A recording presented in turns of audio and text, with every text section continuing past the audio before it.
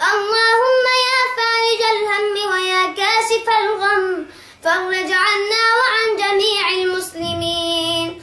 اللهم احفظ دماء المسلمين وصن أعراضهم وارحم شهداءهم وشافي جرحاهم وأمن خوفهم وفك أسرارهم يا رب العالمين. ومن أراد بهم خيرا فوفقه لكل خير، ومن أراد بهم شرا فخذه أخذ عزيز مقتدر.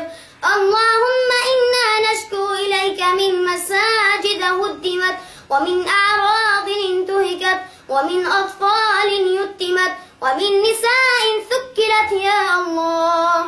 اللهم عليك بطاغية الشام بشار ومن والاه، فإنهم طغوا في البلاد فأكثروا فيها الفساد، فصب عليهم يا جبار صوت عذاب. اللهم زلزل الأرض من تحت أقدامهم يا رب العالمين. اللهم يا باسط الأرض ويا رافع السماء، نسألك بأسمائك الحسنى أن توحد بين صفوف المجاهدين. اللهم عليك بروسيا والصين وإيران وحزب الله، فإنهم اعتدوا علينا يا الله.